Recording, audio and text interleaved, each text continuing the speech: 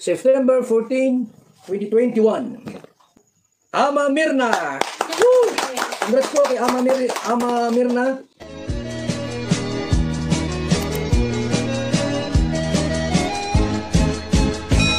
Hello, good morning! Konting reaksyon po ulit.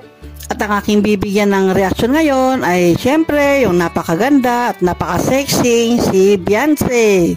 Napakagandang bata talaga itong si Beyonce. Talented pa siya dahil marunong siyang kumanta, nasa timing yung kanyang pagkanta, nasa tono, at magaling din siyang sumayaw. At napatunayan naman po niya yan na napakagaling talaga niya sumayaw. Alam po ninyo na si Beyonce, pwede talaga siyang maging model dahil isa siyang matangkad na bata. Lalo na pag nag-high heel siya, nako, napakatangkad niya. At ang batang ito ay napaka-talented kasi napanood naman natin itong mga nakaraang mga vlog na marunong siyang kumanta at ang kanta niya nasa timing, hindi yan sintonado, marunong siya talaga kumanta. At itong huli nga napatunayan din na marunong din siyang sumayaw. Alam ko po na marami na sa inyo nakapanood nito, pero sa mga hindi pa nakapanood at gusto pang uliting panoorin po natin yung sayaw ni Beyonce.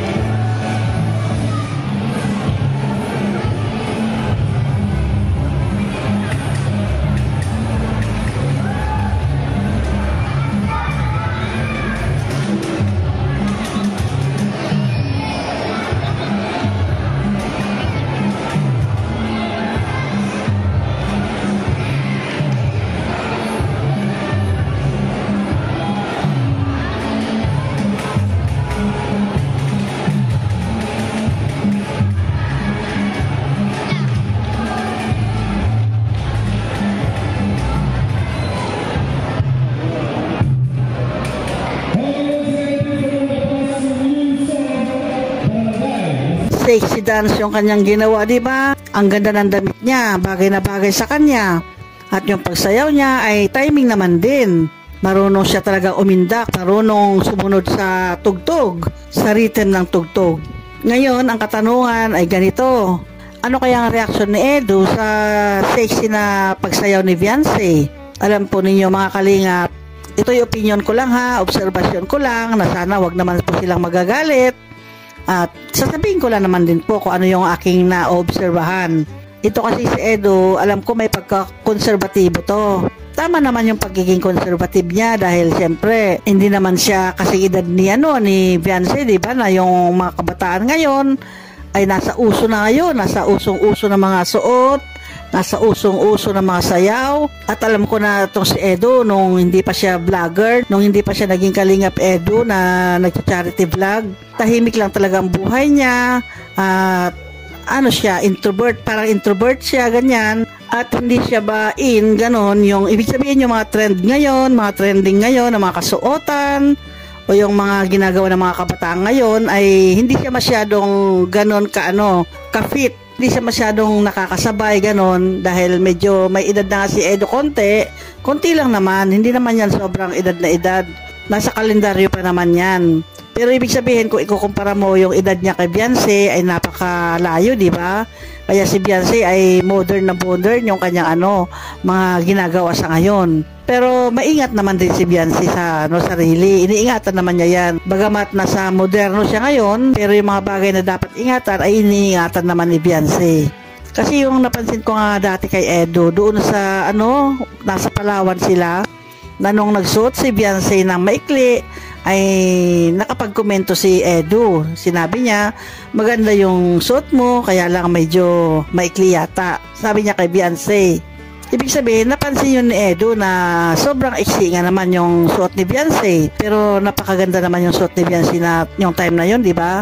Napaka-sexy niya doon. Wala lang, napansin ko lang na yun ay pinansin ni Edu sa kanya. At yung pagsayaw ni Beyonce sa ngayon, ay sexy rin yung kanyang pagsayaw.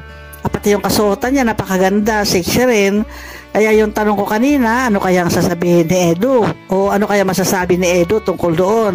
Kung mahal mo isang tao, mamahalin mo pati yung hilig niya, mamahalin mo pati yung kanyang katangian, itsura, yung kanyang lifestyle, ganyan. Kung meron ka mang hindi magustuhan doon, ay unti-unti na lang na magkaroon yan ng pagbabago. Kumbaga, na pag-uusapan yan. Kaya si Edu, palagay ko, hindi naman niya sasabihan si Beyonce yan. Proud pa nga siya niyan dahil marami nakakapansin doon sa ganda ni Beyonce, sa kaseksihan ni Beyonce. Marami nakakapansin yan. Kaya palagay ko si Edu naman ay proud dyan. Kung meron man siyang napapansin na halimbawa, maikli yung damit niya, ay yan ay napag-uusapan naman din. At na ano naman yan, ina-adjust yan kumbaga. Kaya ang masasabi ko lang dyan, mahal na mahal ni Edu si Beyonce. At siyempre si Beyonce rin, gusto rin niya si Edu. Kaya palagay ko yan, magkakasundo pa rin sila. Ano man yung diferensya o ano man yung pagkakaiba ng kagustuhan nila sa buhay o yung lifestyle ay magkaiba man yan. Basta sa ngayon, ini-enjoy ni Beyonce yung kanyang kabataan. Ganon din ini-enjoy din ni Edu yung kanyang pagiging single.